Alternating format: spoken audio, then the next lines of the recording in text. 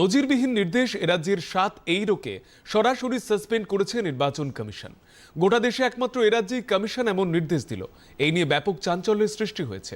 রাজ্যের মুখ্য নির্বাচনী আধিকারিক মনোজ কুমার আগরওয়াল বলেছেন, এসআইআর নির্দেশিকা লঙ্ঘন করায় ওই 7 জন এইআরওর বিরুদ্ধে এমন শাস্তিমূলক ব্যবস্থা নেওয়া হয়েছে।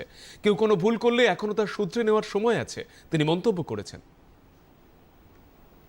ইলেকশন কমিশন তো ওদেরকে তো যে ডেজিগনেশন ছিল ওখান থেকে সাসপেন্ড করেছে। ইলেকশন কমিশন তো কাকে অ্যাপয়েন্ট করে না by name, election commission designation appointment দেয়, আর যে ডেজিগনেশন আছে ওখান থেকেই সাসপেনশন করেছে।